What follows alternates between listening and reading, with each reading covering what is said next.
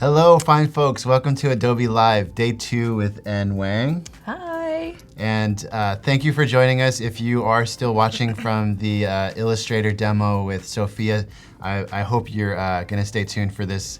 We're gonna be digging deep into visual design, and that's like I feel like the part that like excites us when we start seeing our wireframes come to life. And if you're not already logged into the chat, please do so now. And if you haven't taken part in the challenge, that's something that we want to remind you to do also is log into that challenge tab and just take a look at some of the challenges that are there. And if you actually go overhead and head over there now, you can see that people are working on hover triggers from yesterday and then component states from today. And that's something that's going to be really cool to present in our prototyping to introduce some more states and components.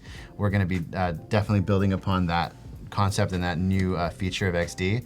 And then make sure you're staying tuned for our chat and win because we're going to be giving away a $30 digital gift card to Moo so you can start your new year off right and have the preparation of your business cards in your pocket. So that's a great gift for you. And if you don't win, we have a little gift for you too. So without further ado, I want to just hand it over to En and kind of recap what we did yesterday briefly and then start to dig deep into finishing up what we didn't do yesterday and explaining what our thought process was. Yeah. Hi everyone. Again, I'm En. These are all my social links, so make sure to follow me on Twitter, Instagram, LinkedIn. So diving back in, we are doing a case study. It is on plants. So yesterday we kind of went through defining a problem and doing like a landscape overview on the problem that we're focusing on. Which is trying to create an interesting platform for an interesting selling pattern, which is commonly known as a purge. They happen on Facebook.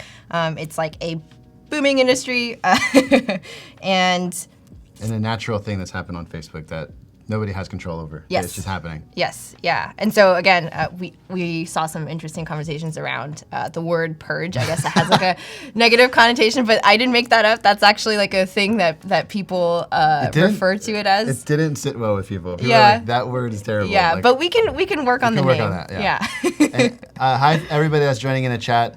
They appreciate our clean Macs with no stickers. Oh, yes. I'm kind of a purist when it comes to my MacBook. I'm not. I had like a really old computer that I was okay with slapping stickers on that I knew I was gonna get rid of. Yeah. But no, I'm not a sticker guy. Yeah, me neither. But yeah, I know. But if we're in SF, I don't know if you know that we're in San Francisco. We would like to know where you're joining us from.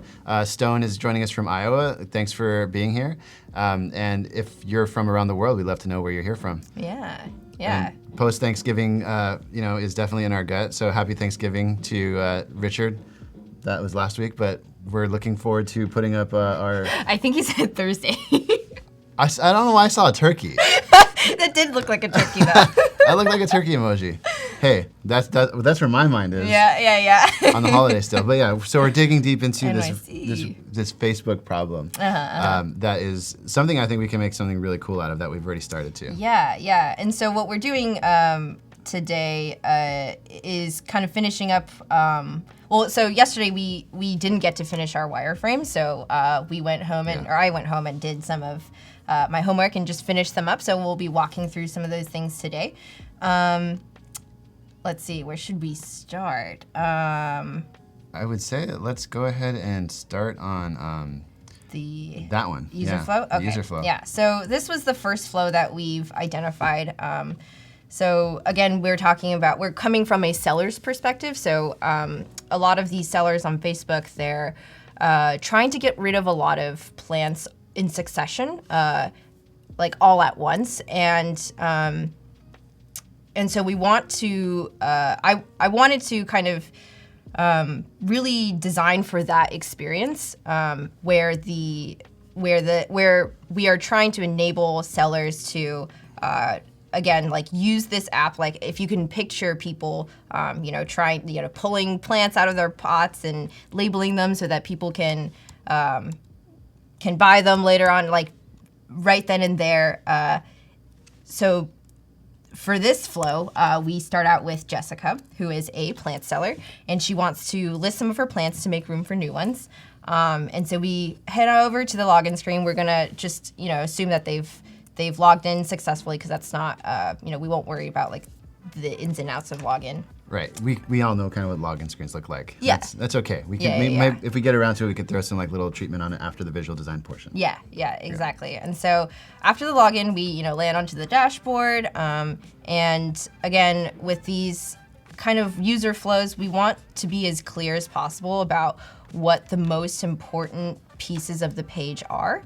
And so, for this dashboard, the most important pieces of information that we want to communicate to the user or the seller is, the list of purges that are accessible and a CTA or a call to action, which is really any kind of button, just the thing that you want the user to click on to create a new purge. And so, presumably the user will come in, they have a bunch of plants to sell, and they want to, get selling immediately. So they click on create a purge, and they land over to the new purge form. They'll fill out the details, which might entail, a title, a schedule, because a lot of the times people will, schedule in advance and say like, hey, I'm going to be doing a sale on Friday at like 10 a.m. PST or something, right? Yeah. So that people can follow along and like expect it. They might, list some of the plants that they want to sell. They want to include some of the shipping details and the rules and disclaimers. So like, if you, kind of like an analogous platform, I think, or the closest thing that I can think of is eBay, because, right. People are constantly like that's a true peer-to-peer Right. platform. It's like eBay, but bulk. Yeah, but in bulk. And that's kind of like to answer your question, Justin, in the chat, is a purge is the word that this group has created. Yeah. Why don't we review? And it's essentially like a bulk sale of a seller's inventory of plants. Yeah. And it's just a way for them to like just get rid of a lot of their inventory at once, and it's in high demand for it to be released that way. Yeah. So, sorry, I should have explained this a little bit more clearly, Justin. So, in Facebook, there are these these big groups of people who are really interested in selling plants online. And this is one example.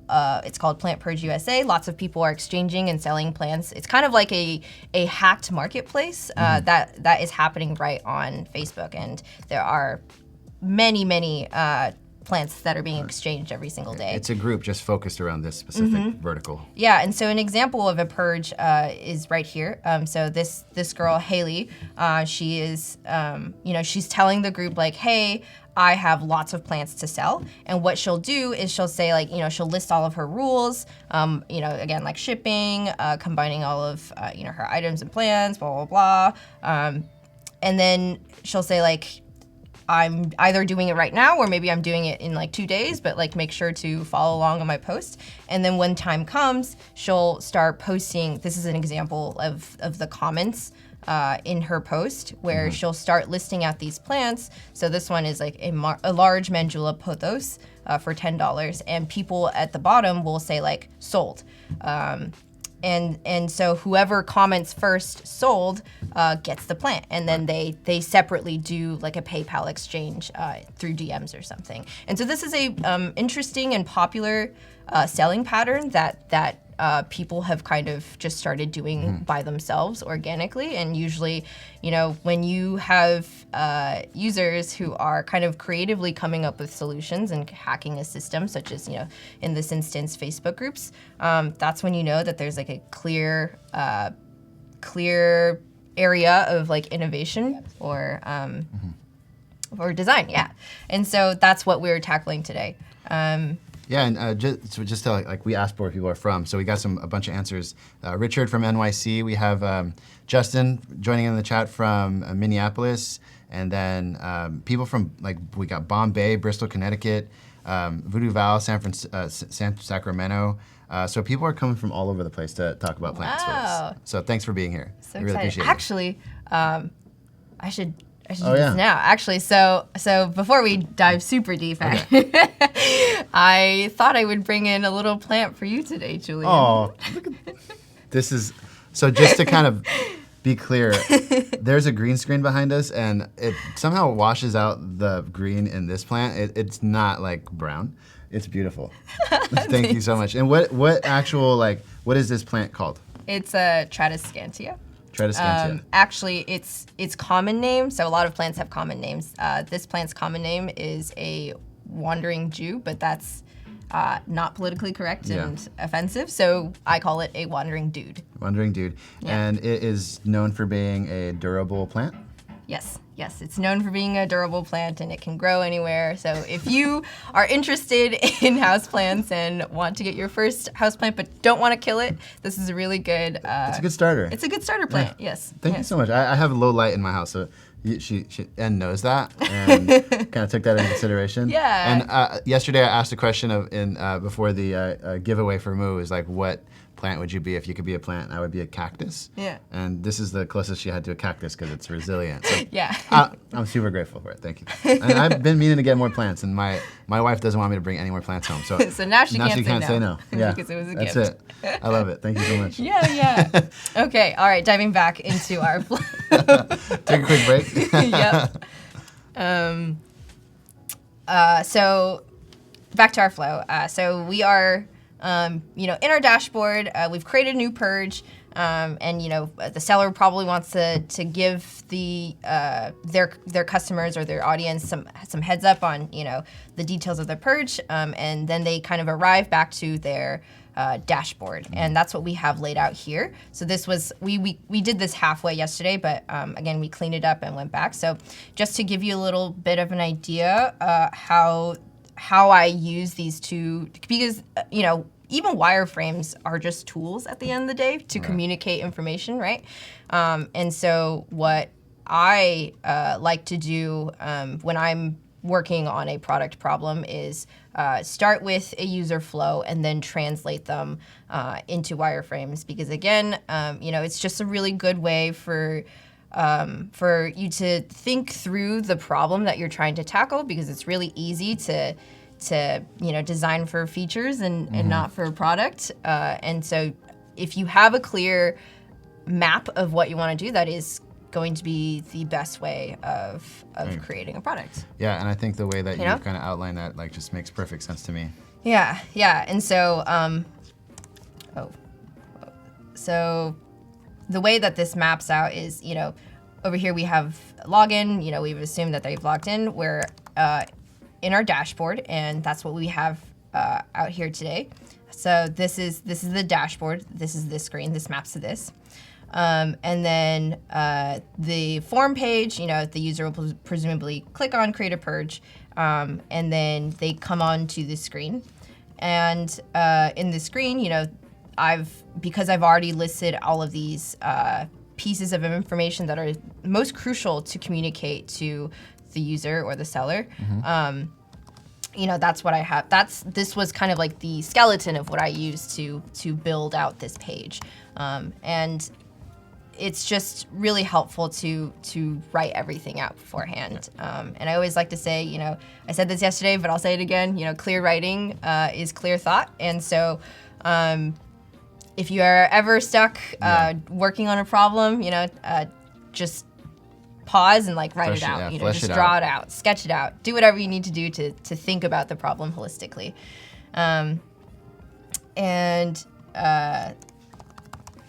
The user will go through this and list their title, list the plants that they're going to sell, which presumably is linked to this data system that we have that contains all of these plant names, so that people can refer to them when they're buying them, right? And so the event time, more details, photos, pricing, and then of course delivery, because that's always important. And then the large CTA, which is probably going to be post. Should I change that now, or should we? Yeah, just change it now. Yeah, post purge. That's the big CTA. And yeah, so this is, again, if you were to click on add plants, this is what it would take you to, and it'll take you to all of the the catalog of plants that you can select, basically. And then we have this screen where you can edit the plants that you've added, or maybe even add more plants. And hopefully, you finish your purge, you post the purge, and then you'll see your own post right up on the homepage. And if you were to click into the homepage, maybe this is a mock-up of what that might look like, of basically like this form translated into a post itself. So, this person, Jessica, hasn't started her purge yet, so it's inactive. Maybe she's posted some images of her plant, and so that would, be right up front and center, the images that she's posted.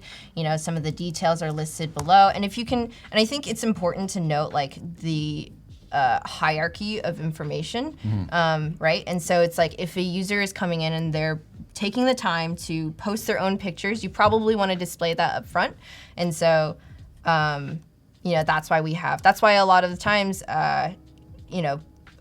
in posts, like, the picture is always like up top or up front, because that's a very valuable and intentional piece of information that people want to show, right? And then, we have the description, some more crucial details of the post itself, or the purge itself, and then you have the specific plants that they're listing, and the comments below.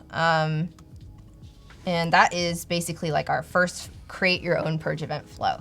And then the second flow is basically starting it. And so same way, I again mapped out the user flow of how someone might start their actual purge after they've posted it. And so, Jessica again is logging back into to her dashboard because she knows, I've already sent out a notification at like 10 a.m. To post and purge. And so they will start their purge, and they're actively on their post, and then they will start listing off those plants one by one, right? And so because again, a lot of these sellers are kind of in their garage, pulling out plants as they're posting about it, you want to make it really easy for them to do that while they're in their garage, like pulling out their plants, right? And so we're designing for that specific behavior on mobile, right? And when you're first designing a product, it's at this point, it's like everyone's on mobile or desktop or whatever, but for this specific flow, it makes the most sense for mobile, because again, like, if they're in their garage, you want to make it really easy for people to have like access to their phone, so that they can just like take a picture and then put the plant aside, right? Right. Cool. And so again, they will be in this loop of like, customer checks out with the plant, seller lists another plant, and then until they've finished all of their plant sales, until the seller then closes the sale.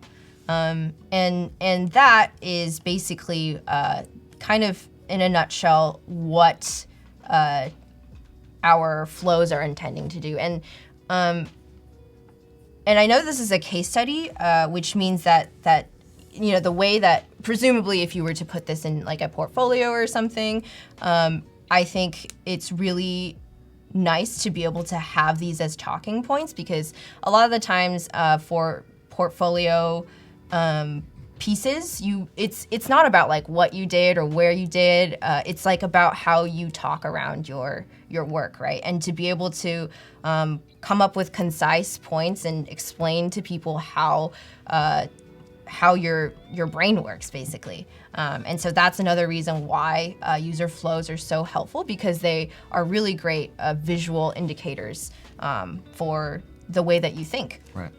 Yeah. And so again, same way, we start out with the dashboard. So, this is our first screen, and that maps to this little iconography right here.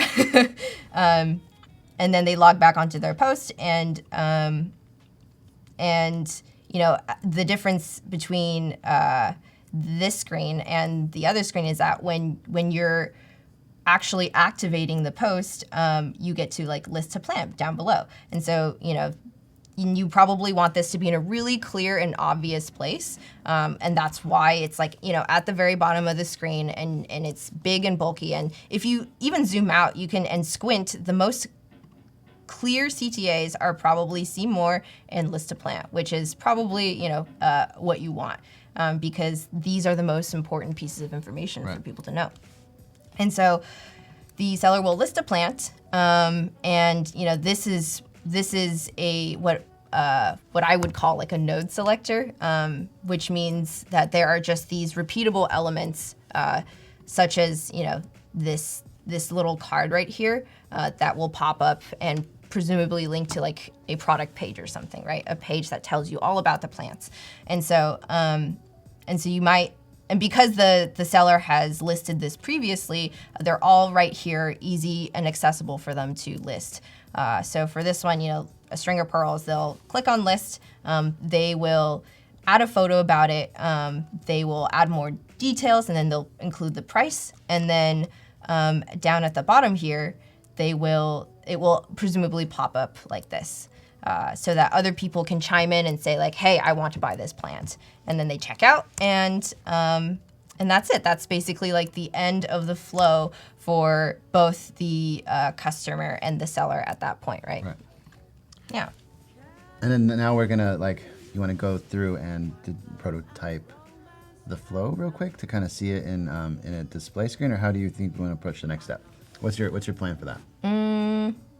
Yeah, we can do that. That sounds like a good idea. Right, kind of wire it up and kind of see it in a preview window really quickly. Yeah. Why not? Let's do that. Yeah, let's start. So I've been trying to get this thing back working with the data, and something's not working quite right, but I'm still playing with it. So okay. Why don't you go ahead and kind of use that opportunity while I figure this thing out with the data to pipe in more information a little easier. Okay. To wire up that. Do you want to talk a little bit about what you're working on? So let me do it live so I can actually show you some of the a quick way to use plugins to save time. Yeah.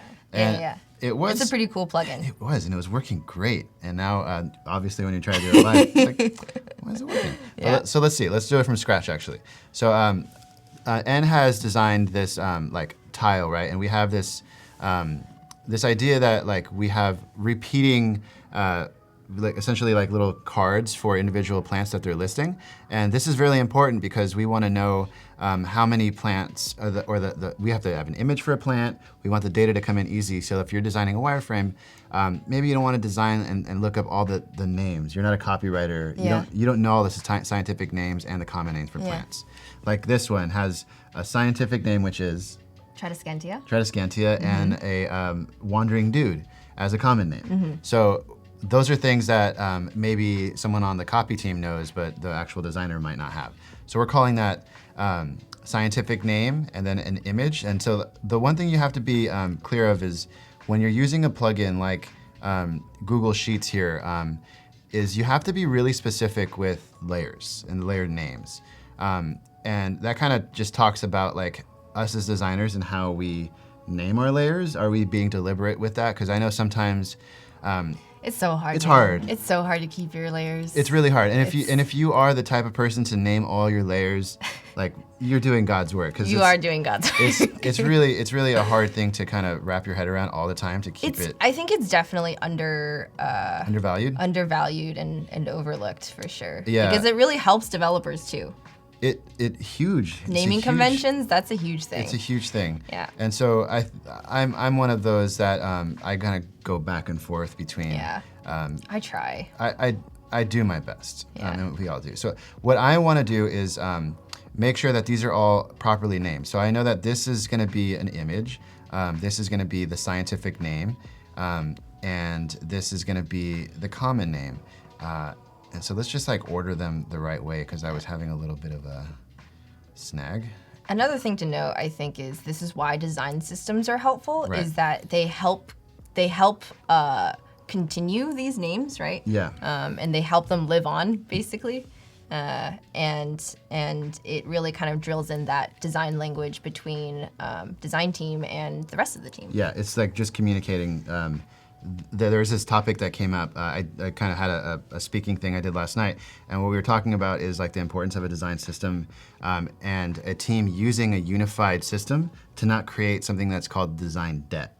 And design debt is essentially I'm trying to build a component that's already built, and then I built a duplicate of the component that's not going to be reused. Yeah. And now there's like duplicates of the same thing that are not really the same either. Yeah. So that's what we're trying to like avoid. Yeah. And so what I'm able to do now is I have this card designed, and then I go into my Google Sheet, which if you don't have a Google Sheet account, I mean, you know that you could just get one for relatively low cost, if not free. And then you're able to kind of map your sheet to what you have in your field. So right, I had scientific name, I had common name, I have order number, and I have image. And these images are just images I found online. And so there's a question from Amber Studio, is a naming feature could be on-off preference, where you get a pop-up? Yeah, I mean, And then I think being more deliberate is like what we're advocating for, but like that could be like another way to approach it. What do you think about that? A naming feature could be an on-off preference where you would get a pop-up to name what you just dropped on the artboard. Oh. Right. Yeah. Yeah, I think that's definitely like it's kind of reminding you. Yeah, it's reminding you of like what you should do. Right. Yeah. And so this is also something about like you're right, yeah. A fascinating thing Forces about you to- like the fine folks at Adobe XD that are designing it is like they're very meta about how they work because they're Yeah. designing for designers. Yeah. And it's like a question like that is like, do we want to create behaviors that are that like explicit to like remind you of things? Yeah. It's a good question. Yeah. So now that I have this Google Sheet like piped in with the data from the information that N had provided, I can then go back to here. Actually, I got to get the link. So I go share. And when you have this, you have to make sure that your preferences are for anyone. So make it explicitly public. So if you copy the link, anyone can see it. And that's really important for this to work. And let's cross our fingers and hope this works. So the next thing you have to do is use the Find Feature Repeat Grid. And Love this feature. This feature is exclusive to XD, and it's been such a game changer for me. It's such a like an old thing that they've done for a long time, just really well. And I don't know, I really like it still. Yeah. So then what you do now is you go back to your plugin, and we're gonna go ahead and post or paste our public link. I had already put one in, and hopefully it's not conflicting. But now I just go ahead and repaste.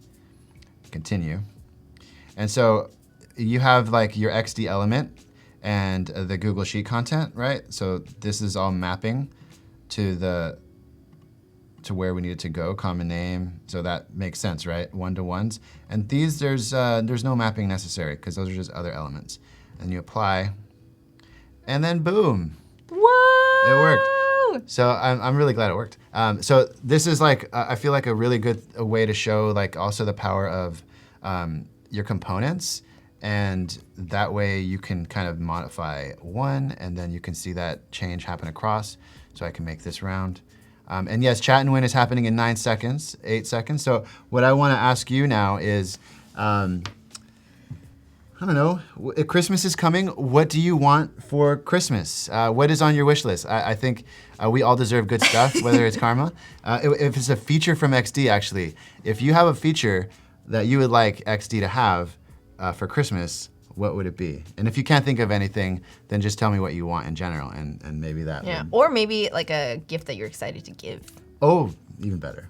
Could receive...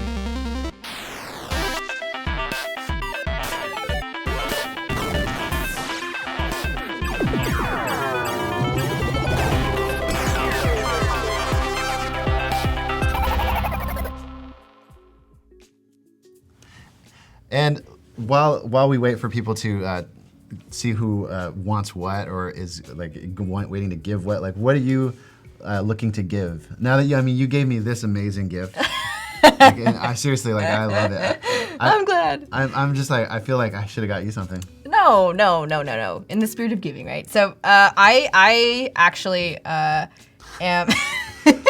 I'm really excited to give my grandfather some grow lights because he really likes to garden as well. Yeah. And he's been going to the community garden like basically every day. Yeah. He got a spot at the community garden finally.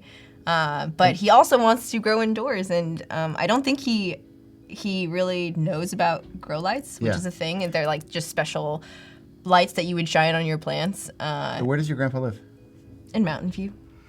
Mountain View. Okay, Yeah. so Down in the South Bay. really close. Yeah, really close. Jenny, you were the winner, and I want to see what people said. But congratulations, Jenny! You are gonna get a $30 digital gift card to moo.com, and at moo.com you could do a lot of great things and pick different types of cards you'd want to get. I really like the kind of the gum-sized cards, the small like sticks. You like the square ones. I like the square ones, yes. And then you can always get the standard size one. But you can also go use Adobe to design your cards and templates and then upload them to Moo and create your own designs. Yeah. Or use the ones that they provide as well. They're great. Moo.com/Adobe Live is where you want to go to get a discount if you didn't win, which is everyone else in the chat. And you get 30% off your purchase. It's pretty. Or is it 15? No, 15% off your purchase. I don't want to lie. So congratulations, Jenny, and we had some really funny comments about what they would want, and that's well, I think some like a new iPad Pro, like I think we all would. All I want for Christmas is layer styles. Heck yes. Layer style. Layer styles, Christmas jar. Christmas is layer styles iPad. Brand new MacBook Pro 16-inch laptop. They launched the new 16-inch. I haven't seen it. Have you guys seen it? No, I haven't seen it. I mean, is that like?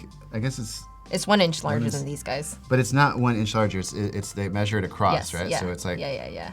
That's really cool. Yeah.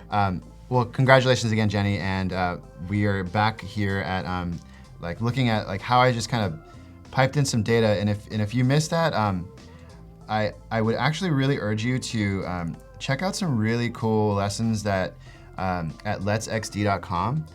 This is something that I feel is like always updating with great content, and our friend Howard Pinsky does a really great job at curating some really simple, easily to digest lessons on how to use XD.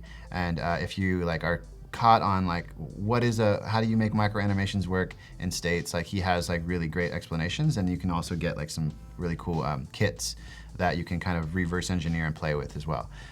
So that's something I recommend for you to take a look at. So just food for thought is you're not alone in this. There's a community here that you can also get involved with too, and resources you can grab. So take advantage of that, and that's always free for you.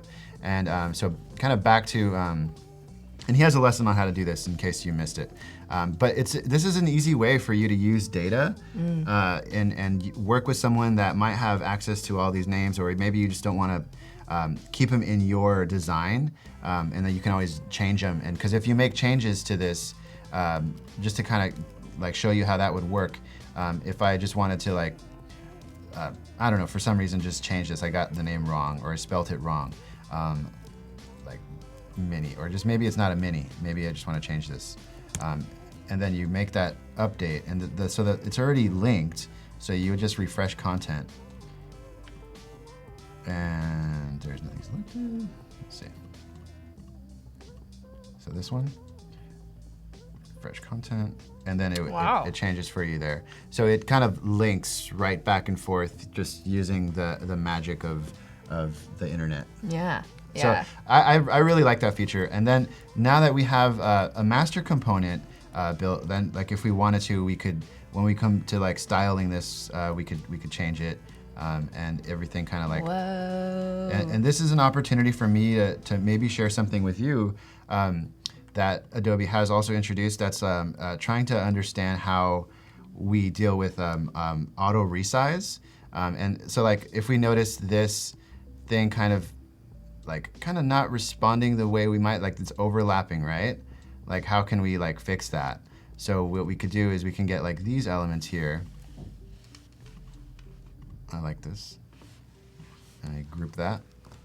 And a lot of this this feature of responsive resize is using groups is to drive it. And it's already on by default, but it's on auto. So what we want to do is manually do it. And so we see that we have these options here to like guide us through like where these are fixing to.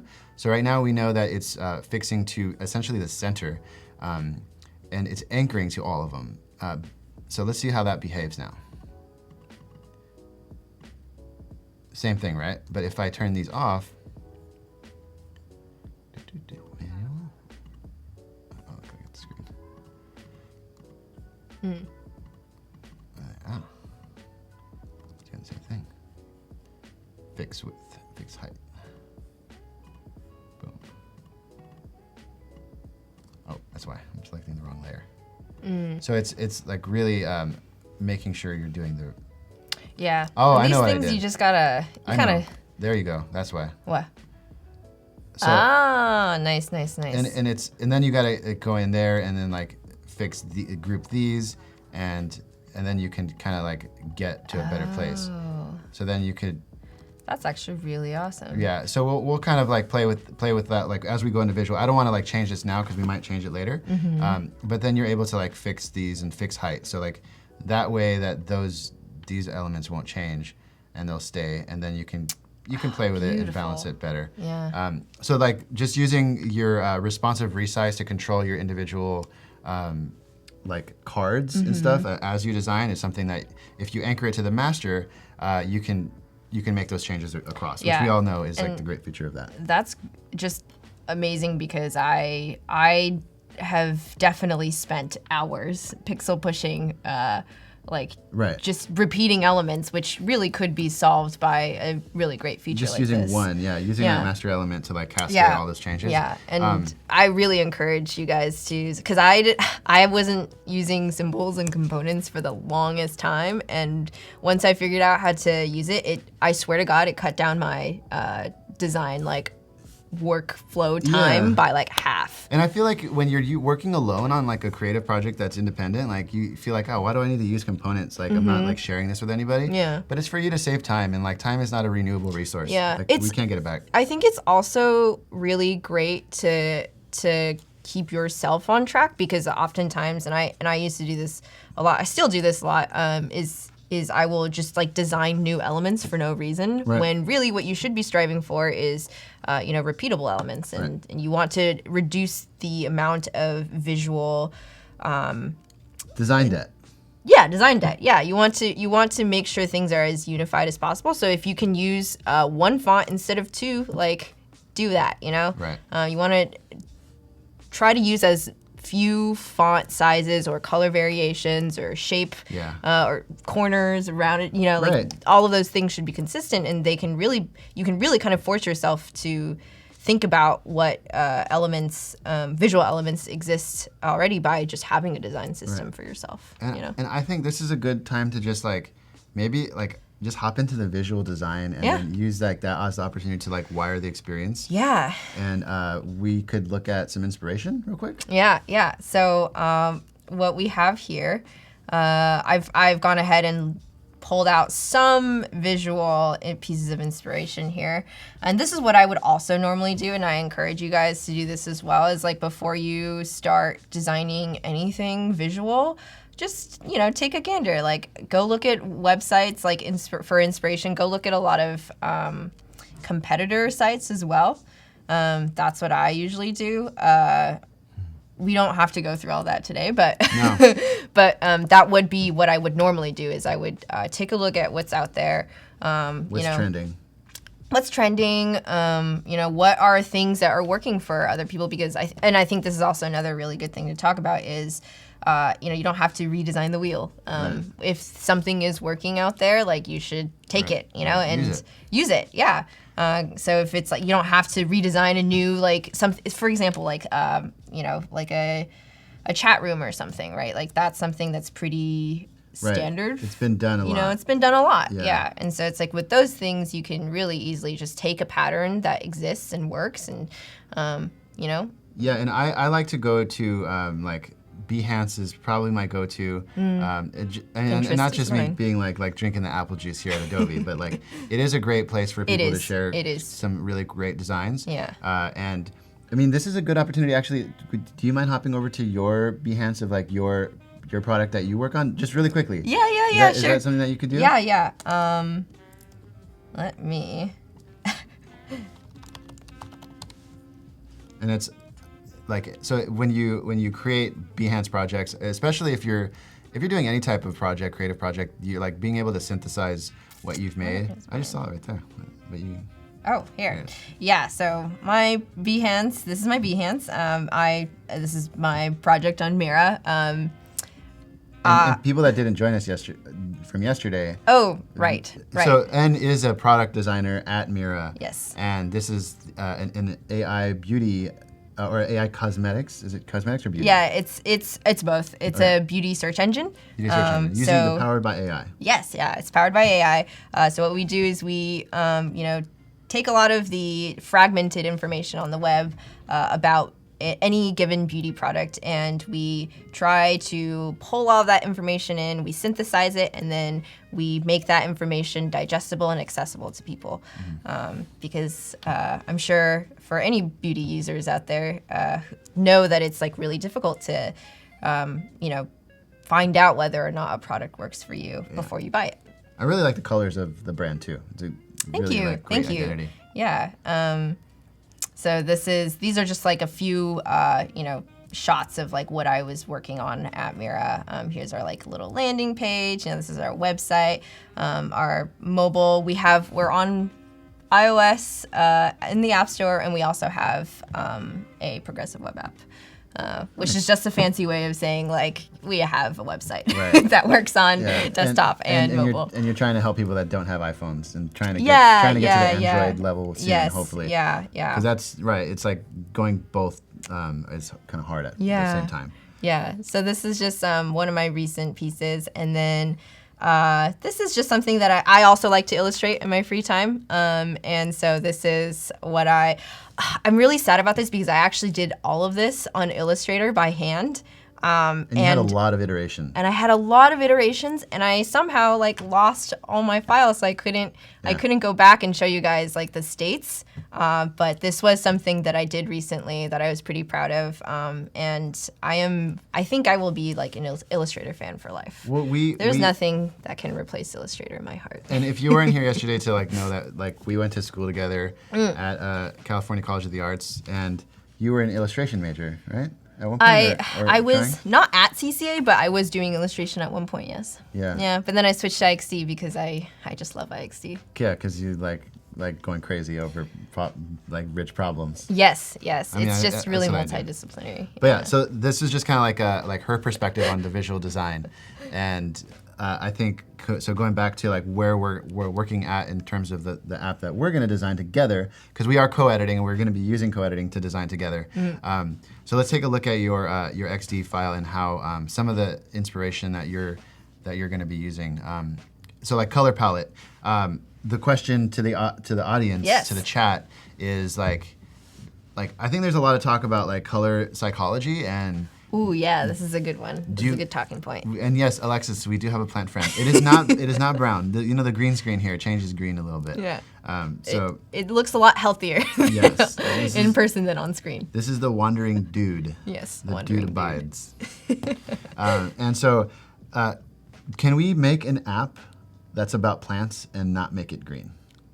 That's like. What are people's thoughts? Does a plant app have to be green? Like, do we have to go that route? Like, yeah. I think that we were playing with some other ideas of like using new ideas of like the background color being something that changes depending on like, I don't know. So we're gonna experiment a little bit, and I think like this concept that you have here that is just something that we found on Behance or Dribble or somewhere. Is just like borrowing this palette. I think the palette is really interesting. Make it purple, Corinne says. Make it purple. Let's do it purple. And like I think like pale, right? Like something more muted, not like a vibrant, like trying to go more of a, so picking colors is something that we're gonna do for a design system, and then font, right? So what font are we looking for? Well, I think it depends on what kind of, I mean, we won't go into like branding in depth here, but I think it's interesting to do a little like once over, you know, colors, both colors and fonts communicate personality, just as you would meet any kind of person. You know, you kind of have like, it's like a gut feeling, right? And that's how I kind of approach visual design, is very intuitively. You know, yeah, what kind of personality would our plant app have? I think it's going to be like helpful and trustworthy. Helpful and trustworthy. Okay. Right, like I think those Yeah. are like the colors that I want to be conveyed in. Yeah. In something like a platform that is making it easier for these plant sellers. Yeah. Because it is like trusting the market in a sense that like you want to build a community, and Yes. we want the community to like grow itself with You're the right. quality of the platform. So we want the platform to be trustworthy, right?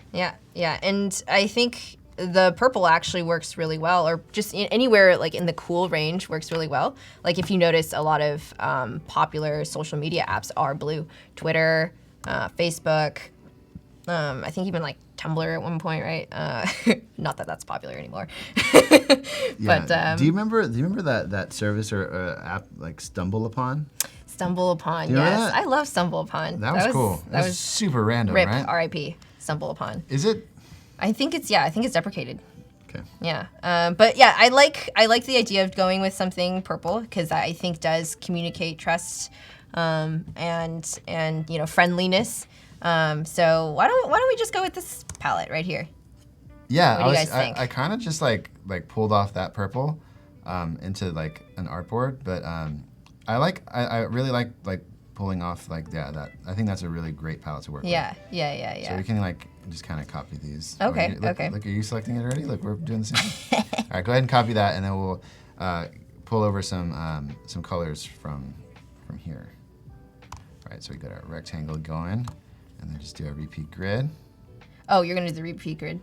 really quickly. Okay, all right, you do that then. Yeah, I'll do the colors, and then how about you place the fonts? The font, like I think we kind of did some already thinking on like what fonts we're gonna do, and you could spend forever trying to. Wait, someone said Tumblr's RIP. Is Tumblr gone too? No, I think it's just not as Socially gone? Yeah, Right? you know, it's been It's socially like gone. it's like MySpace. Like Yeah, they were bought by Alphabet, or like, oh, not Alphabet. What was it? God, it's like the WordPress, the were company they? that Yeah, that does like.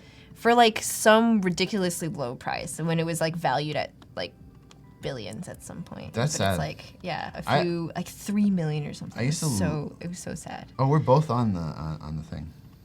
Uh, Yeah, this is co-editing is definitely helping us out here.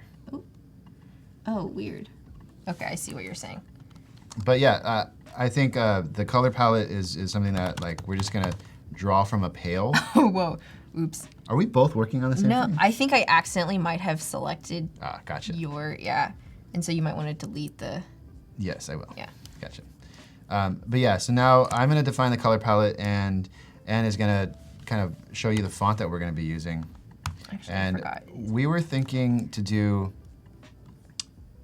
a serif font. Yeah, a serif font. I always like to pair serif fonts I do too. with non-serif fonts. So I think that's also really trendy nowadays. You know, a lot of kind of like these newer direct-to-consumer products. Yeah. Like, for example, Buffy, or what's it called? Allbirds, Yeah. you know? You see it. You're seeing it everywhere. Everywhere, Yeah. everywhere. Yeah, I'm more like thinking that they are a little bit, for some people, harder to read, even though like our books are all in serif. You're not gonna find books in sans serif Yeah, unless you're reading like children's books, yeah. which is great. I love children's books Yeah. too, but I really like this font that you're using, and it's what's it called? Which one? This font? This one? Yeah, This one is Greycliff. Greycliff. Yeah. And this one is called Quincy. Quincy. Okay, Yeah. cool. Ooh, And I'll put those so people can kind of see how Yeah. we're doing this. So we're gonna be like kind of building this design system or like style page concurrently, and then like styling the app based on this. Yeah. So they can kind of like show you how we can work in a co-editing environment. Yeah. And be on the same page. This is a really large artboard. I know. You can make it smaller. Make the font to the size that you actually think it could be useful. Okay. Okay. Yeah. Okay. And hello, if you're just joining us, we have Oluwafemi. I hope I pronounced that correctly. Oluwafemi from Nigeria. Welcome to the chat. Hi. And if you are just joining us and haven't chatted or said hello in the chat, we are here with En Wang, who is a product designer at Mira, Hello. an AI beauty cosmetics startup here in San Francisco. And we are designing a marketplace for sellers of bulk plants, which is called Plant Purges, and we were going to just change it to Plurges. Plurges. So unless you have a better name out there for what we're trying to do, we're calling this Plurges.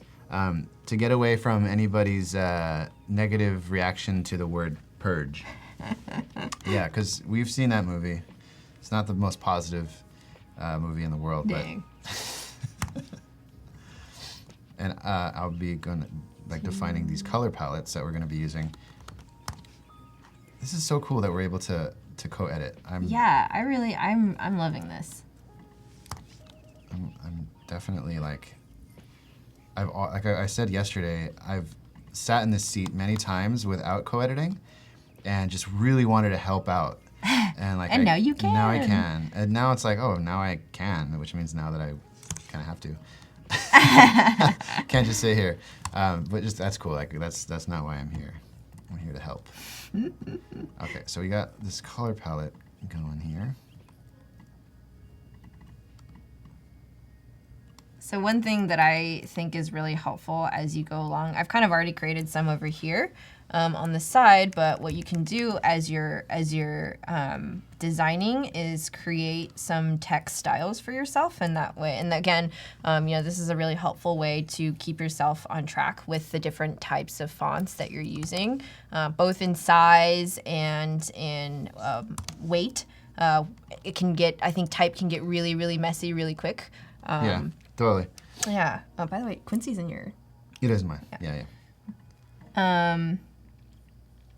Yes. Yeah. So I think this honestly is kind of like enough for what I would typically start out with, in terms of like a style palette, I guess, right? Mm-hmm. Yeah, we're working on just getting this like uniform, like visual language. We'll call this Plurges. Yeah, if you guys have a better name instead of Plurges, please let us know. +1 for Plurges. I think everybody's just glad to see Purges go. They're like, whatever you can do. So Justin has a question. Is making instances into groups because of my OCD of wanting my layers to look more unified on the layers panel considered design debt? No, I wouldn't say that. I think especially if you're going into this like really, and I think backing up of like in this exploratory phase, like it's okay to like create iterations. Iterations don't necessarily equate to design debt. I think it's like later on when you start actually working with like a design system that a team is using together is when it kind of gets a little muddy. But if you're like just exploring, like feel free to just kind of like make multiples and make different components. I think what it comes down to is like when you're starting to like with your own time of like, oh, I made a different version of this and now this one isn't going to update across my whole thing. It's just if you can do it in a way to save time, that's like the goal. Yeah. It's just to save time. Yeah, that's also another reason why design systems are great is because if you change one thing, then you can change everything. Yeah. And so even with things with past work, if you've used the same component and you change, that component, then it'll also update across your old files as well, which is, is great. And I have another kind of thing that I like to share. If you do like not make things a component, like what you could do is like just really quick, like in the circles that I was doing, zoom in on the circles, and I want to show you something. And this is kind of a cool trick. This one? Yeah. Okay. So if you copy that. This? Yeah, just do Command C, and then select those 4 and then unselect the white one. And then hold Option. What is it? Option. Let me see. Let me just make sure. Yeah, it's Shift Command Paste. Shift Command. Paste. V. Oh, B. Wait. Did it work? What is that? Let me try it. I think I just got the shortcuts wrong. Actually, what you should do is just right click. Right click. Yeah, and then you do Copy. Paste appearance. You can, okay. Let me just show you one more time. So if you select copy that one. Copy. Yeah, copy and then select those 4. And so the goal here is you want to paste the appearance of those. Oh, wonderful. Right. Nice. So we're losing the color, so that's not exactly what I wanted to do. But you can also then undo that. Undo that. Yeah. Okay. You could then, if you ever get into a situation, you can paste appearances across different designs or objects, which I think is a really cool feature. I do have a question though with this color palette. Is it kind of departing? Should there be some sort of green somewhere in our plan, or are we kind of? Let's roll without it and see how it works. Yeah. Okay. I'm of the opinion that it doesn't have to be green, but I think it could be nice to add a splash here and there.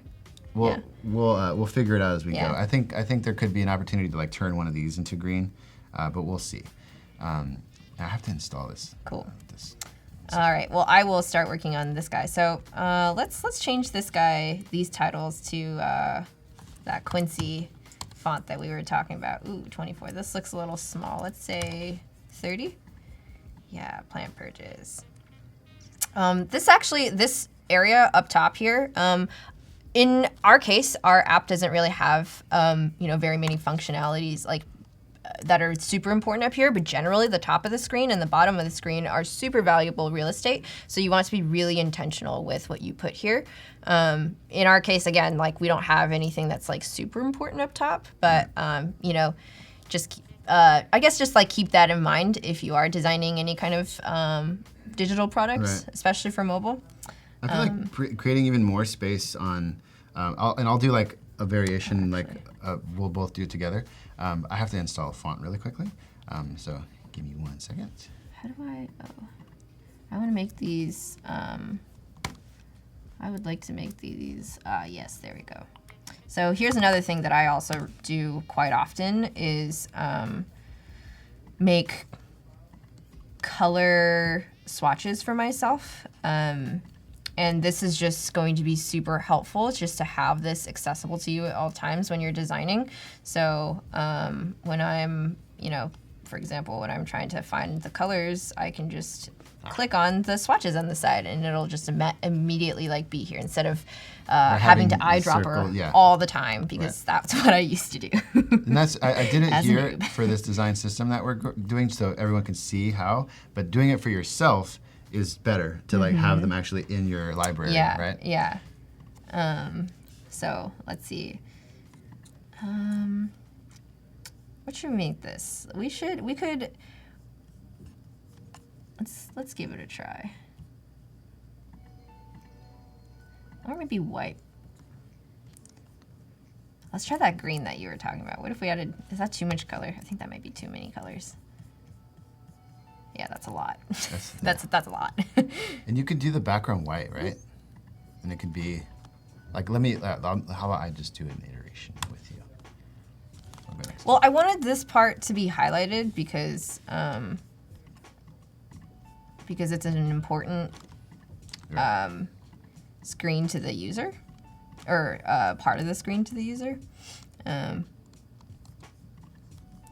Because this indicates oh, this is your section. Ah, yes, I like that purple. Ooh, hello, purple. That looks good. Yeah. The CTA? Yeah. Don't you guys like that purple? It's like a very plummy and but it stands out, but it's not in your face, Do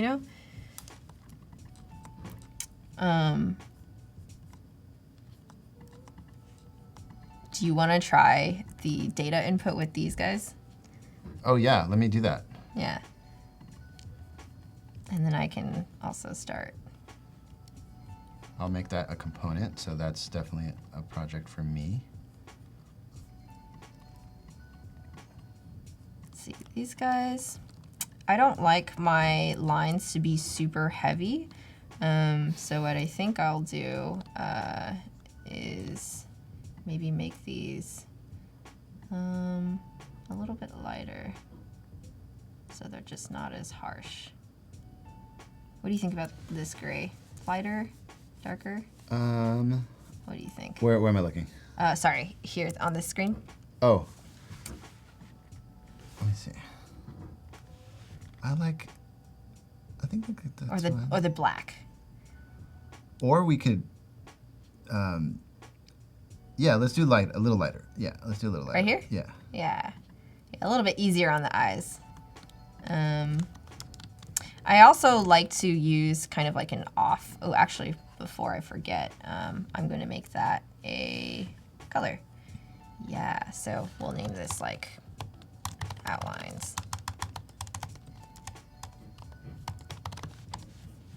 All right, so I'm going into sheet 2. And so what En has challenged me to do is, again, design with some data here with using Google Sheets plugin. And for these cards is, have a generic template, and then be able to pipe in like quick data into them. So that way, like, we can have variations. Mm-hmm. So let's try that. This one is. Do you know if you can, if you're like doing an outline, can you also eyedrop the outline? You can, yeah. How do you do that? Like from where? From the swatches, I mean, or is it mostly just fills? No, it's the border, right? I guess you could. Yeah. But I'm saying, like, so for example, if I'm trying to make this outline gray, right? Right. And I click on this, it fills it. Oh. Instead. I got you. Yeah. That is not. It's not controlling that whole. Yeah. It's just controlling. Yeah. For sure. Yeah, I see what you mean there. You could kind of like do one change and then paste appearance. Mm-hmm. That kind of like idea. I see.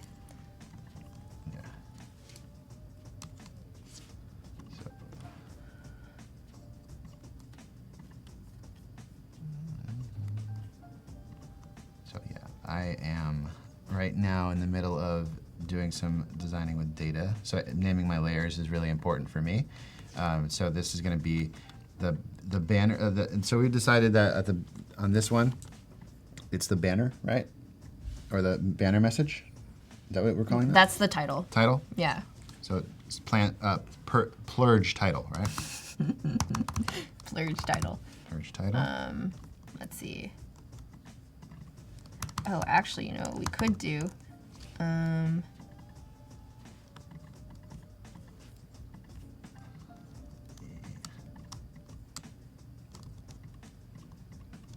do I edit the master?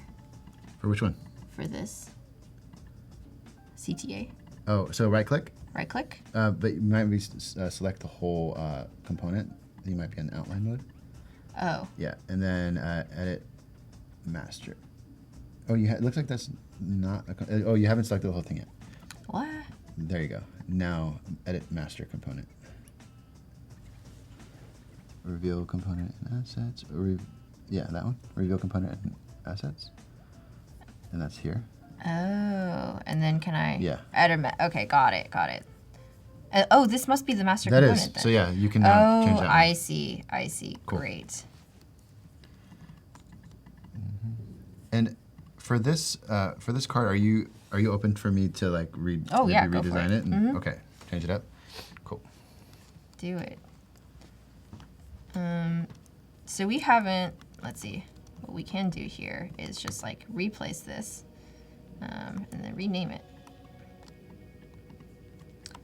So I think because we're kind of going back here and we didn't really make these components from the get-go. That's why, a lot of these elements aren't changing on the spot. Some of them are. We use some of them.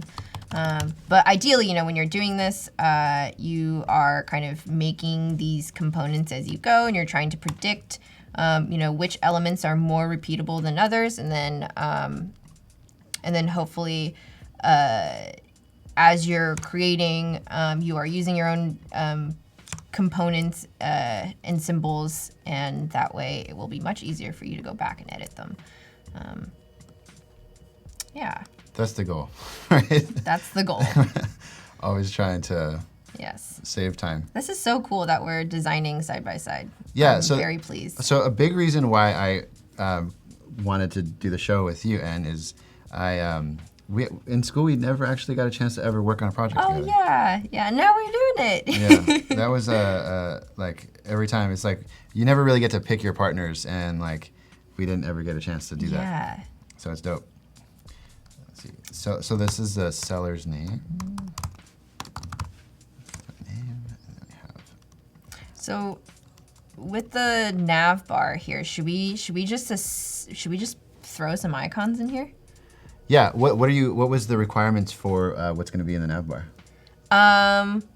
We didn't really plan it out. I think. I don't know if they're like if we were thinking about like it's just one CTA, right? Called Create a Purge. Well, if this were like a real app, because we said we were just going to focus on the selling part. Oh, there's going to be like right? a. But if there's actually like a community and you know, people who are talking to each other and exchanging, then you know, you probably want like a home, like a search or a discover, maybe. Right. You know, notification and profile. Let's just do that. That seems like a really good set to start out with. I'm down with you doing all that because. Yeah, like we didn't set out to like design the whole app from start to finish, but those are components that would. The other option is to kind of truncate that, and kind of just cheat for now and put them in a hamburger. Put them in a hamburger. And that could work, but if on. You're right. Can you do that on iOS? Yeah. You probably want an iOS. Like if let's do a tray. Let's do a nav bar. Yeah. Okay. You're right. Now, global navigation is always like a good UX method. Yeah. Let's do that. I'm down with that. What we can do is go to the noun project. Actually, this is a great. If you guys don't know about the noun project. Hold on. I have another way to do it. Huh? Okay. So let's use plugins. Oh, okay. Well, if we can just do that with plugins, that's even better. Let's do plugins, okay? So like we're in the plugin world here. Hi, Colby. Welcome. Yeah. So I am En. And if you're just joining us and you want to introduce yourself again, and real quickly, I mean, I'm gonna be showing you something. Yeah. But just in case. Yeah. Hi, I'm En. If you guys are just joining now, I am a product designer at a company called Mira here in San Francisco, and we are designing a plant app today. Yeah, and so like let me show you like what the plugin marketplace looks like if you haven't seen it, and it's something that was redesigned last update for Macs, the big update, and so now you have a little bit more of like a discovery place for you to kind of help you find things. So you have like UI faces. If you're in a bind of like just I don't want to look for faces, you can just use that. They're a little bit more cohesive. Ooh, we can use that with our people bubbles. You can, yeah. And let's do that. There's more. We'll look at some stuff.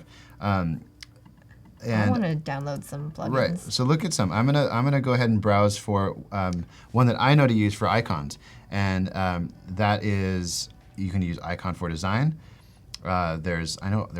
Oh, I actually have Overflow in here. That's great. Icon Drop was one that was around. Let's see if it's still there.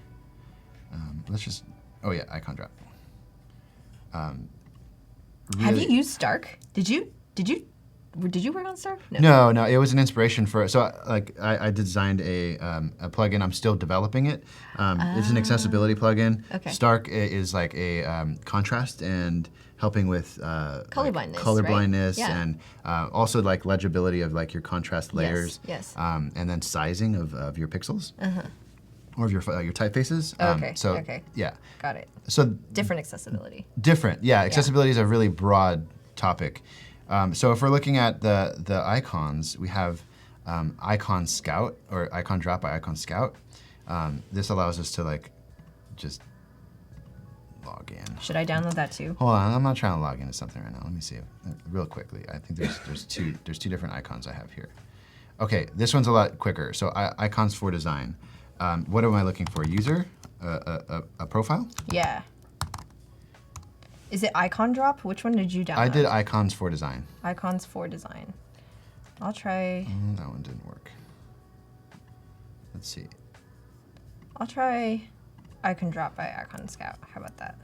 Next. User people pack. There used to be packs. Oh, do I have to sign up? Yeah, real quickly, if you want to do that, I think that one might have more options. Okay. And if we can't get anywhere great with these, then we will we'll find other ways to do it. But like, I'm gonna see people. Oh, I have to sign up. Dang it. User, like, oh, this one works. Material, and then we can. The thing is, I actually like, do have an Icon Scout account. Oh, just kidding. you want to get like also like really like you don't have to like match weights, right? Like that's really important for what you're making is matching weights. And I feel like this is not as comprehensive as I wanted it to be, because I remember it being something where you can get packs of icons. So let's go ahead and try Icon Scout, because I know they had a little bit better of experience.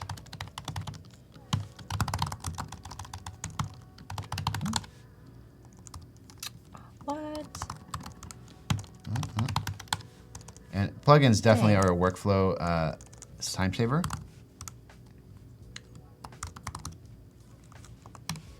Oh no!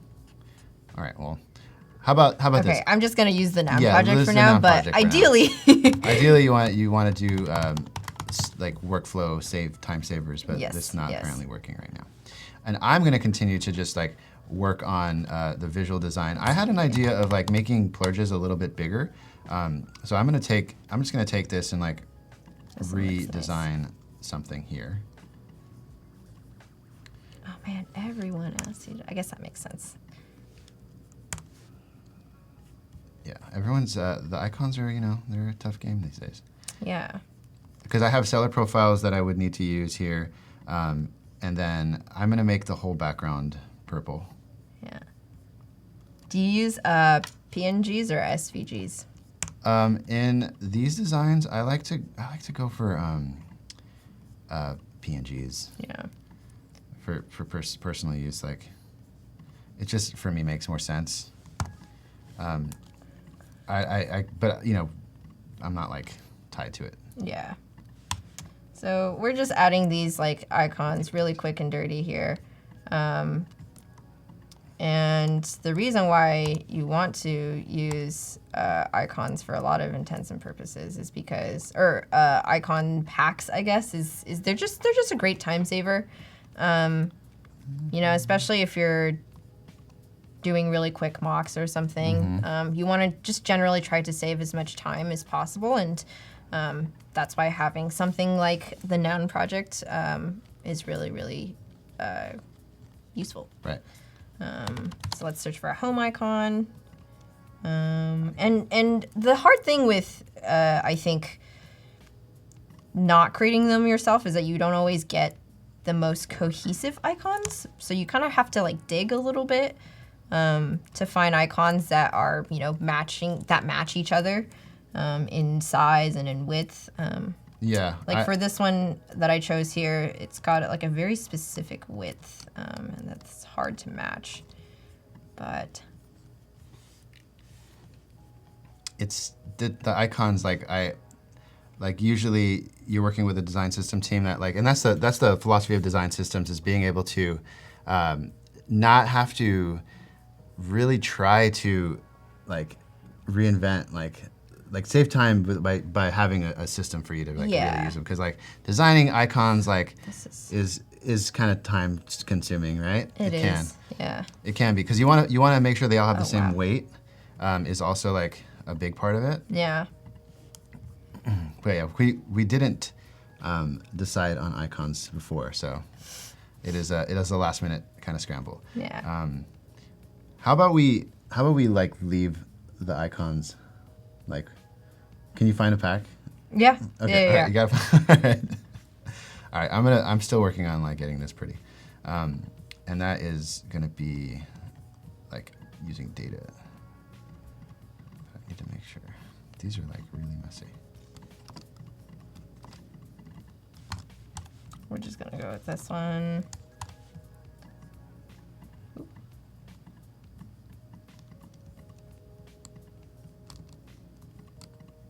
Oh.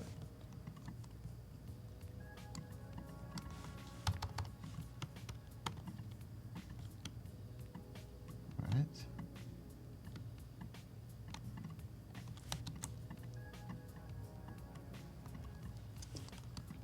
Home profile, we probably want a search. Yeah. So I'm gonna look at the challenges. Oh yeah. So just to kind of give you a heads up on time for design feedback, we have 13 minutes to give some feedback on some designs from the design challenge. And I just can't wait to see what people have been doing with that. And if you have any designs that you're working on, submit them. But you're gonna review them. I would actually really love for you to submit them as soon as possible so we can kind of take a look at them. But I know they always get reviewed the days after. So feel free to go to Discord and post your designs on the challenge. And if you are on the chat, it's on the right side where you can just kind of log into that and see where to go for your design challenge postings. Really great place to kind of just get feedback on how you're doing in your designs. So back to designing is how the co-editing just allows us to be like a really cool collaborative experience for both of us.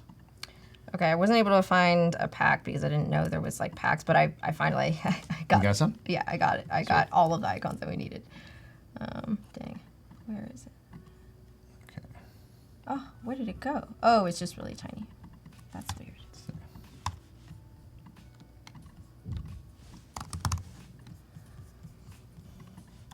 Okay, yeah, so again, these icons aren't super cohesive, but they're enough, you know? They're all lines, and generally when you're doing icons, you probably want to do, you know, in terms of aesthetics, you want them to if you're doing like, you know, all lines, just like pick icons with all outlines. If you're doing, you know, things that are shaded in, like ideally this would not be shaded in actually. Let's see if we can. Do a border with no fill. Oh, there we go. There you go. And you could change the outline. Yeah, and then we can do, and that's the great thing with SVGs actually, is that you can just change them instead of having like a static image as you would with PNGs. There we go. That looks a little bit more cohesive. It's not the best, but you know, it gets the job done.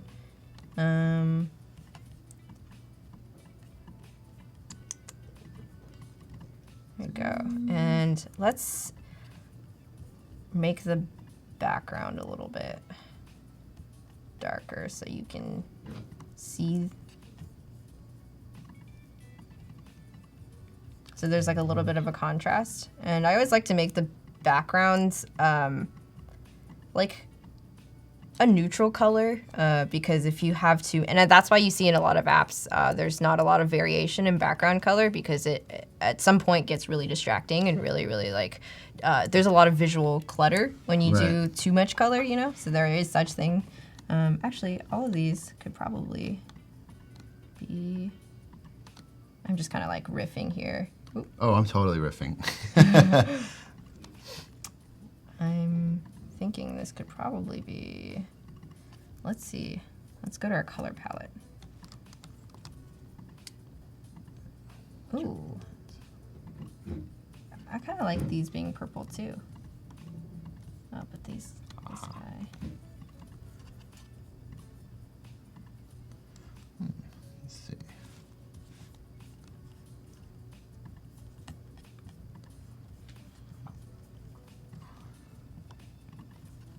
There we go. It's coming together. Wow, look Slowly at but that. surely. Yeah, I mean, I'm doing something. I don't know what I'm doing. Trying something new. I'm gonna start on the user images. Right.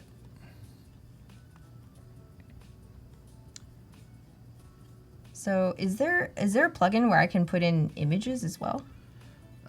For, you want like faces? Or just really like stock images in general? Yeah, you have Unsplash. Unsplash. Oh, I love Unsplash. Where's Yeah, Unsplash? so go into the plugins and Icon. search Unsplash. Yeah, that's an option for you. purges. It's not coming up with. Okay, then maybe search like images or stock images. You got it there. Oh, stock image. Yeah. Image tool for Adobe stock. Oh, it might charge you. I thought it's weird. Plugin installed. Free stock search. I'm just gonna I design all. Or like I used to download all have these. the. Oh, here we go. Here we go. Look, you can choose them from different Oh, there you go. sources. So I usually like Unsplash and Pexels because they're Look at that. great.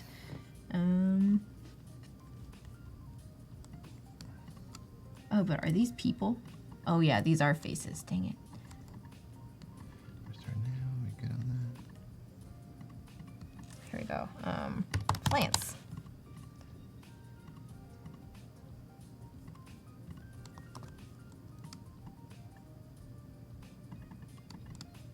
Apply one image. Oh yeah, look how smooth that was. Look at that. Let's just pretend the user has. Usually, I'm sure this image is actually a lot more low fidelity, but this is great. Oh, and look at that, and you can actually.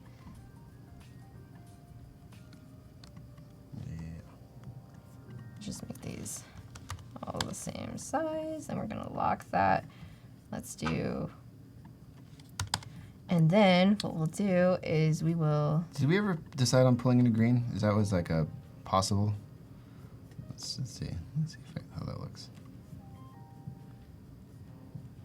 Looks weird. Yeah, a lot of this is just like trial and error, right? 86. So I'm gonna make this, and then do repeat grid. Amazing. Look at that.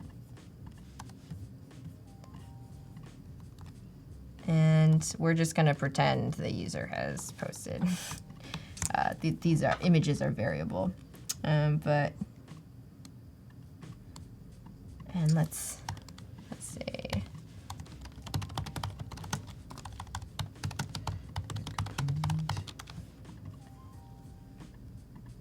Yeah, and this is like live mode, like heads down design time right now. Yeah. So pardon the silences as we are like designing. I'm currently just like creating an iteration off of what En is designing. Because So why we can not? easily. Here we go. Wow, guys, it's coming together.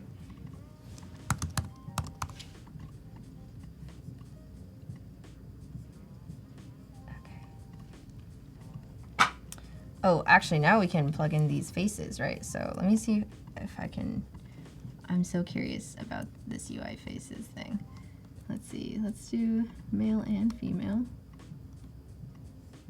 Apply. Oh, amazing. Wow. That blew my mind. It's simple. It's just, that's great. I Yeah, mean, I've simple, never, time-saving. you know, it's funny because I've used image plugins before, but it has never been that easy. It's Yeah. just like, I asked for a face and it gave me a face. I love that. And there's another one. Oh my gosh. Sorry, I'm blown away. It's just like so simple. It's so dumb simple that I just, you know, wow. It's the simple things. Amazing. It's the simple things. Good job, XD. And look at that. Look, I can just select all these bubbles. Okay, ideally you want to be consistent with who these people are, but because we're just doing, you know, for the sake of time, I'm just going to have to select all of these and put people faces in them with our handy dandy plugin.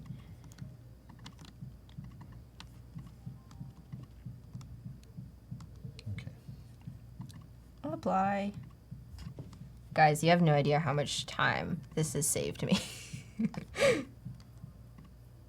I think they do. That's the great thing. Is like everybody in the chat is like just familiar with some of like these like times, like how it does take a lot of time to do this stuff, right? Like Yeah. like we're doing it completely on the fly, in front of you, which is just to kind of like put it out there is not the easiest thing to do in the world. But it's really something that and is like really open to this challenge of like how can we like just do this live, like design something from scratch live and not have to like feel like we're overthinking it and just like just go for it.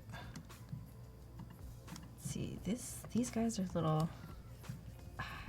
What do you feel about like black text on? What do you guys feel about black text on like pastel colors? That's always irked me. I'm using your purple. So just to kind of let you know, like I hate it. I'm not a huge fan. Like of what? Depending on it, like most of the time, like I try to use like a dark purple, or like something not necessarily black. But see here, like this could be arguably not a very accessible it's feature, not accessible. Right? Yeah, because the contrast is too low. Like if you were to like do a check on that, like that's not an accessible. Yeah. So in these cases, unfortunately, this is a case where we're sacrificing some aesthetics for functionality, right? Right. So this we can just go ahead and copy and paste. Yeah. So my kind of specialty background is in accessibility, and Actually, this for could be me, great. yeah, I try to really use high contrasty colors, or just like design and focus on contrast. So yeah, that's not something that I would recommend doing. Actually, in the spirit of using or reusing colors, let's just do purple, and that's active. Right? It seems like purple is slowly becoming our main color here.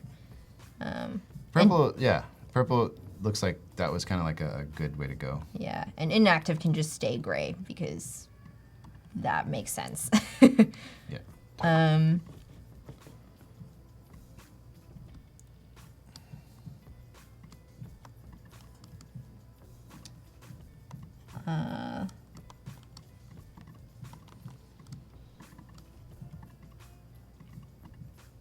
I think our component here has an extra border that we don't need.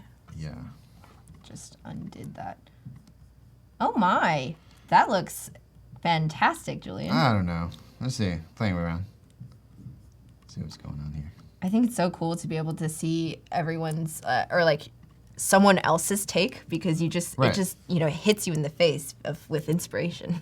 Right. I mean, I'm kind of just going like this like kind of popular rounded corner look because I feel like that like just bar can kind of get a little hard to grapple with, but I'm not loving it actually. I think I'm gonna go back to the way it looked. Let's see. A solid background. Yeah, let's try it. Yeah, so let's see. So what do you think about these guys being outlined with black? Which ones? These guys? No. No? I'm not loving it. And I was like thinking to go like a little bit more minimal with some of that, but I think you need to kind of have some boundary. And how do you feel about shadow, like drop shadows? I'm down for drop shadows. I think it's definitely like a design system and pattern thing. Yeah. So it's like if you decide to do drop shadow, because that communicates depth, right? Yeah, and that means everything in your app has to consistently have some layer. Like there's, and that's what material design is, right? Right. And so I think we just need to be. I'm so open to drop shadows. But Okay. Yeah, we should just be consistent with it. I would say let's like try to stay away from drop shadows. Stay away from drop shadows? For now, and then like if we can iterate a version with it. Okay. In the time that we have. Okay, I'm just gonna do a light border. We have 8 seconds. We have 8 seconds till we get to the design feedback. So what we're gonna do is hop into our Discord and just look at some more designs from our lovely people who have contributed to the Creative Challenge. And our current challenge is, let's take a look at it real quick. Component states. And so that was, what was today's assignment? And let's see if people actually like were able to complete designs for that. But I think what we're probably gonna see is more of the hover triggers, which is really cool stuff. So let's take a look at that. Look, people are getting in there. It looks like a Monopoly card. That's cool. This is using the Cologne kind of, right? or furniture store. This is the furniture store experience. We have a Cologne one. I want to get into like, oh, that one's really cool. I don't know if that's something that is available. Let's see. More. Oh my goodness. Is this something that I can actually view here? XD perfume. Love that. Oh my gosh, that's so great. Wow. What would XD smell like? I don't know. What would XD smell like? Friendly, probably. Yeah, like oak?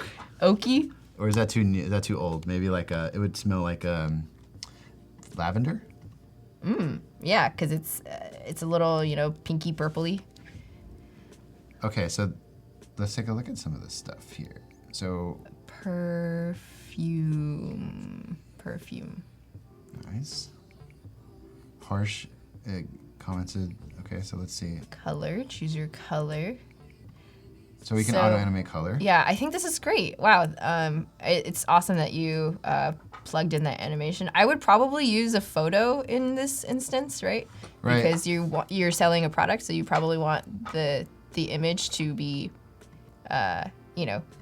accurate to what you would be buying. Right.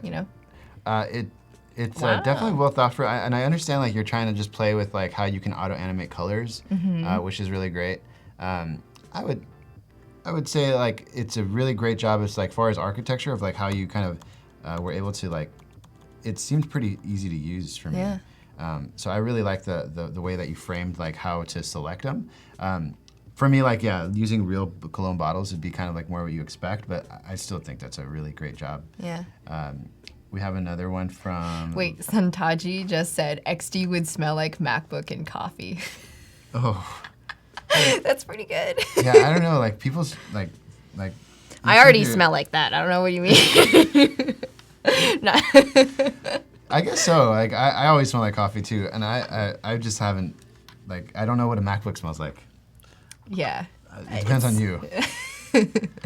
And this is from Lincom, and let's see this furniture store. This is Darren Wallen said, I think the last time I was here was early 2017, maybe? Is what he meant? Yeah, 2017. He's in the future. Oh, I see. 2017. Oh, wow, look at this. Yeah, this is it's not interactive, but very very. Steve, thanks for continuing your work on the challenges. Yeah. This is nice. Oh, look, he did a video for us. Oh, good. So hover triggers. This is the challenge. Oh, that looks great. Yeah, I like that. Like kind of like what you'd see like at like CB2 or like a furniture company like West Elm. Made furniture. Yeah, very modern. I would probably use smaller font. It looks like it's competing a lot with the image, actually.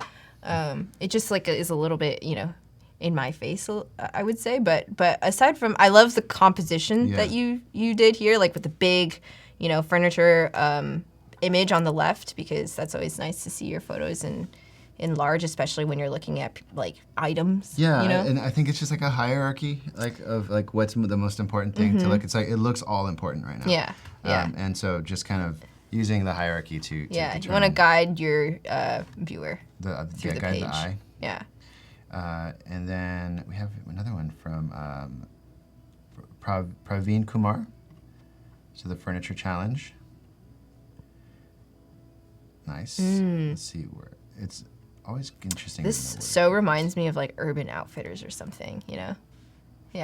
Have you shot Urban Home? They have some good stuff. I love Urban. See, that looks so like professional, That's right? great. Wow, I'm really digging that. Yeah, I love it when I love just having that feature in general, just having that image pop up, and being able to swipe left and right. Yeah, so there's that ways preview. of bringing that in through states, like being able to like have those, but there's also overlay, and then like you can kind of like have one artboard instead of like having like all these multiple artboard bloat to be able to show like your experience pretty quickly. I think it was that's just like really effective, even though it's just like a simple like version of what you're making. Like I really see like this actually living on some sort of like web page. So I don't. That just looks really great. Yeah. Just like the same thing with like maybe some text, but I think it actually looks really great. Yeah, it looks pretty good. I love how you made the add to cart button really, like, it pops. You know, the first thing I see is the furniture logo on the top left, then the title of the piece, and then the add to cart button, which is great. That's like a great sequence, right? You see the title of your page, the title of the item name, and then the add to cart CTA. And then you have your Jaeger bomb. Yeah, that's cool. Jaeger bomb. Day 2 again. Let's see the hover trigger animation for the furniture website. Oh, this is like the actual case study. So yeah, dude, that's awesome. Thanks for like putting that all together. Yeah. So quickly. Like, man, you guys are These guys. minimal design for the like design system. Wow. And then we have a video.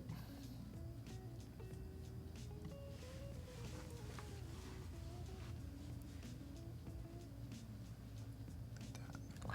All these are so great. Sweet. Are those steps? Could you rewind? Yeah, you were like impressed by that, weren't you? Or yeah, That was great, right? Yeah, that was good.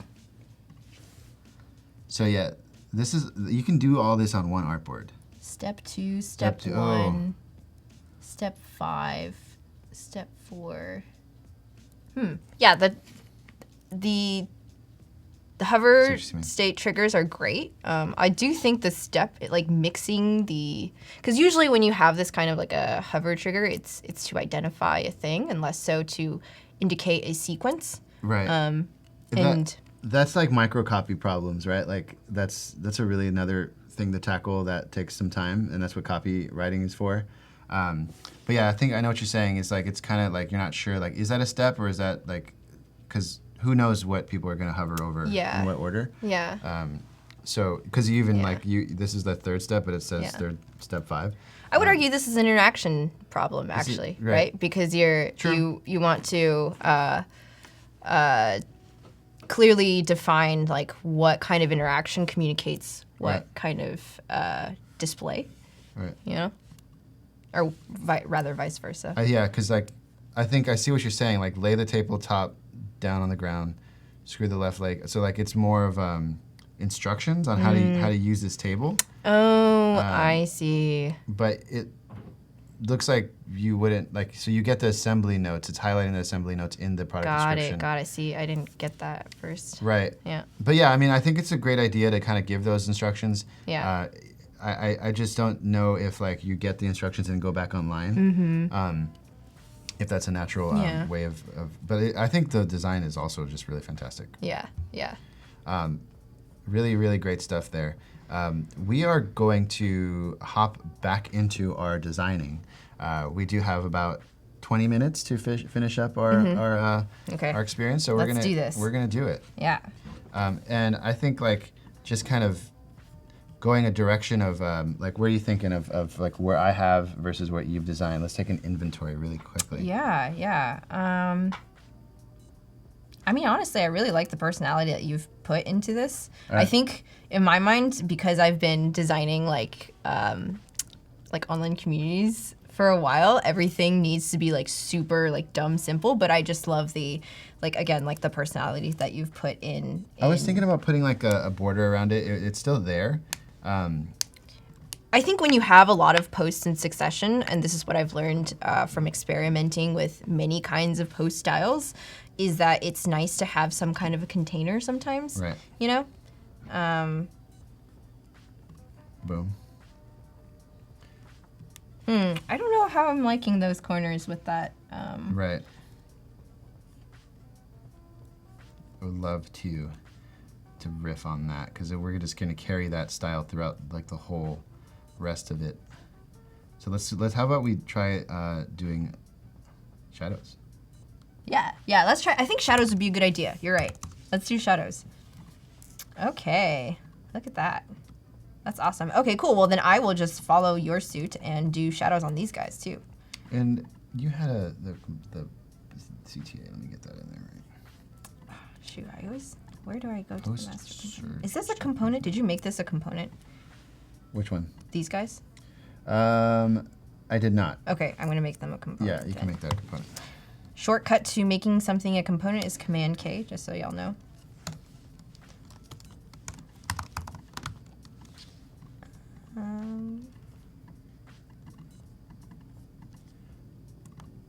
Also, do you, when you design, do you like to design to music? I love to design to music. But you can't be music with lyrics. Yes. What do you like to listen to? How do I? So I specifically have created a playlist that is like just for heads down design, and because I'm like you, like I can't stay focused if I have like words in my ear. Yeah. And that's just, yeah, it just like kind of bugs me out if that's like something like, I don't know.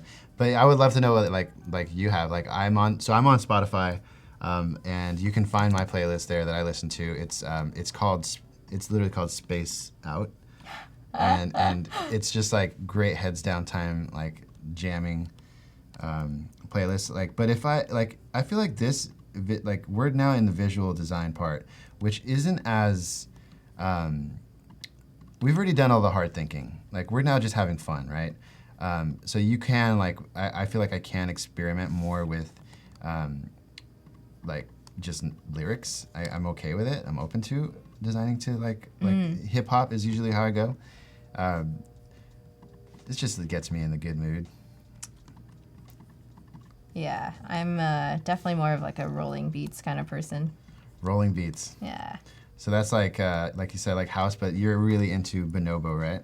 Yeah, that was my Spotify defining decades artist. Yeah. What are your guys' defining? Did you guys also check out your Spotify? What's it called? What do they call it? Like wrap up or something? Yeah, the wrap up. How do I- Well, I think it's like trending everywhere right now because like everyone's posting it on their social media. Yeah, yeah. Okay. For me, I was just really into this artist called, his name is Sir, and he's a like R&B kind of artist out of Los Angeles. Oh. And just like he released an album this is called Chasing Summer that I was just like in love with. So yeah, that was my jam. But yeah, I would love to know what like hip hop 90s Kings of Leon was a decade. Oh, I will share my playlist. Let me, if a moderator wouldn't mind helping me out by plugging me on. I mean, actually, I could do it now. I have it open. I'm here. Share. Copy playlist link. Boom.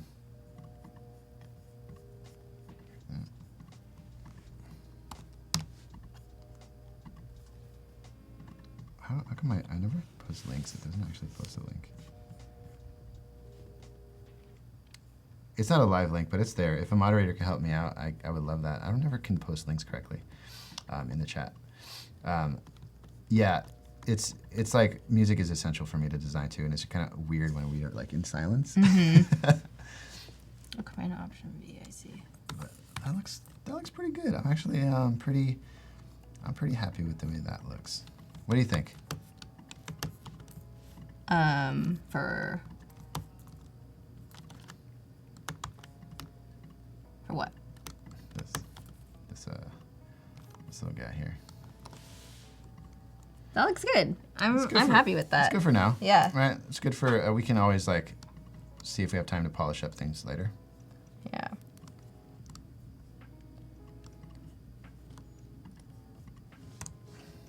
This guy could probably.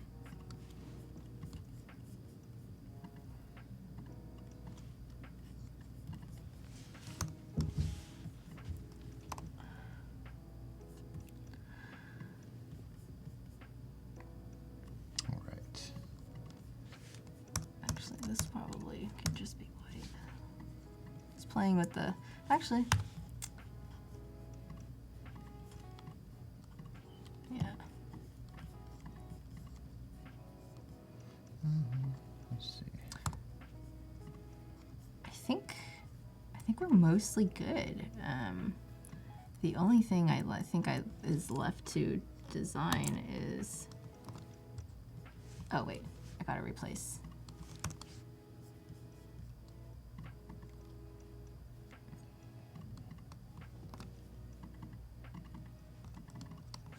These guys. There we go. Okay, now. All right, so that looks good.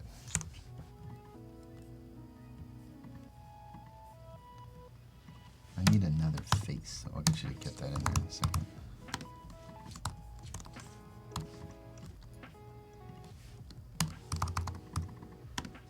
Let's see. Oh, Freddie Gibbs. Gangsta Gibbs.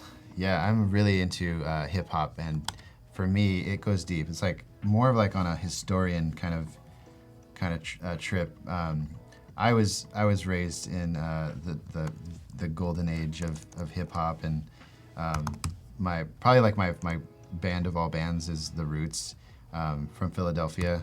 I'm just a huge fan of like Questlove as a maker, and Black Thought is like my favorite rapper of all time. But you know, East Coast hip hop like Wu-Tang and Mobb Deep and Mos Def, obviously Biggie. Biggie Smalls. Huge influence in my what I listen to. Let's give this a shadow. So yeah. And now hip hop is like, you know, Kendrick Lamar is one of my faves.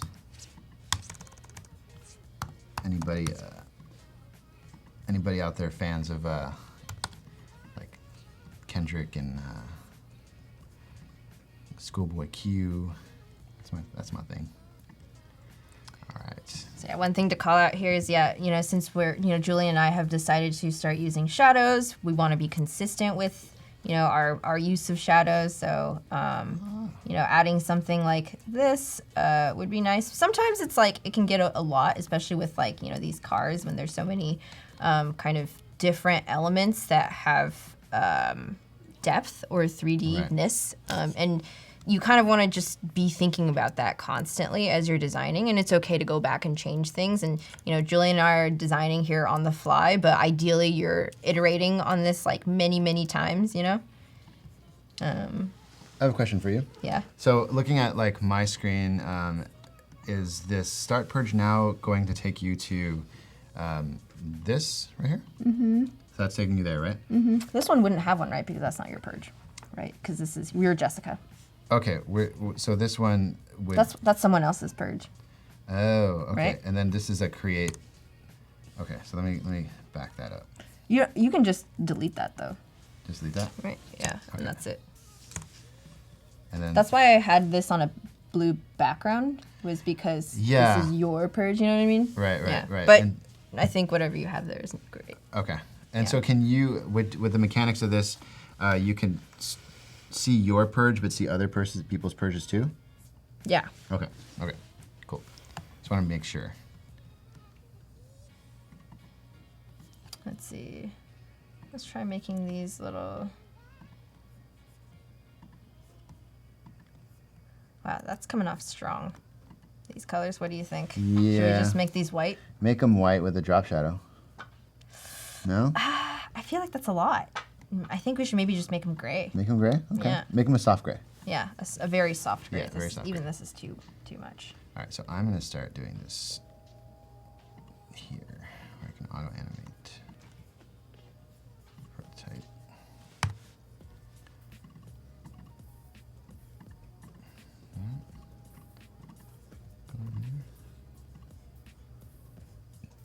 There we go. Wow. Okay.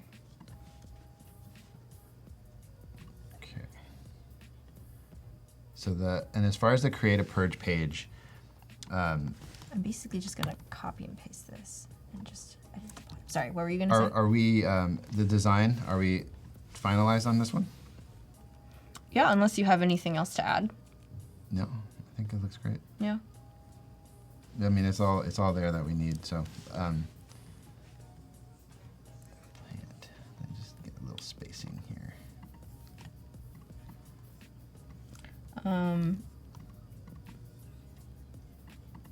I can finish these up, and I basically only have like these 2 screens left to do. Okay. And then if you want to start showing people how to prototype, maybe Yeah, lightly I'm by gonna wire them up, so you go to see the flow in action. We do have a limited amount of time. These are a lot of screens. Really? That's so funny. That's actually a really good, I think, thing to talk about. I design so many, like, for the things that I need to hand off to my devs. It's usually like, I wish I could show you my docs, but like they're just, I probably have consistently like at least maybe 10 to 20 like artboards to show a flow, you know? Yeah, and because you have to consider all the edge cases, like what happens when you click this button, and what happens, like error states, etc. Like, you know, all of this is nice because it's, you know, we're showing people how to, or like, you know, the flow that a user would ideally go through. But when you're actually handing off specs, you want to be pointing out all of the instances in which things go wrong, you know, any kind of like interactions that you're doing. Oh, I love how this this chat has turned into like a music conversation.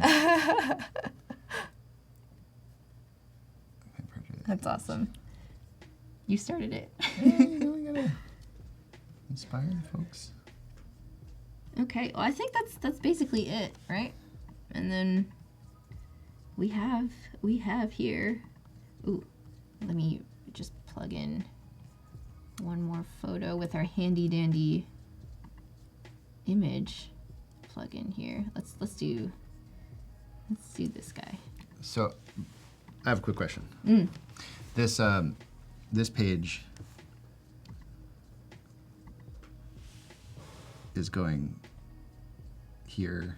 Like, can I just use this as a yeah, that works. Yeah. Cool. It's basically showing that view that you're created returning to the Okay. This is cut. And we have a couple minutes here left, so I do want to just get this flow nailed down. And this last screen here. Oh, no, it's disconnected. Let's do this one. All right, I can show you what I got here. Really cool. So we start purges. We're able to like fill in all our information here, and then post a purge. Plurge, sorry, not purge. And then we have all of our plants that we want to add, and then we kind of like would take photos of all of these plants and then post them, and then once we kind of like are able to add more plants, we can add more plants and add the time, and then just like kind of verify it and post it. Oh, that didn't go the right place. Let's go here. Back. Oop. That needs to go here. Down. There we go. How do I? Plant. Here we go. This seems reasonable. Okay. So then.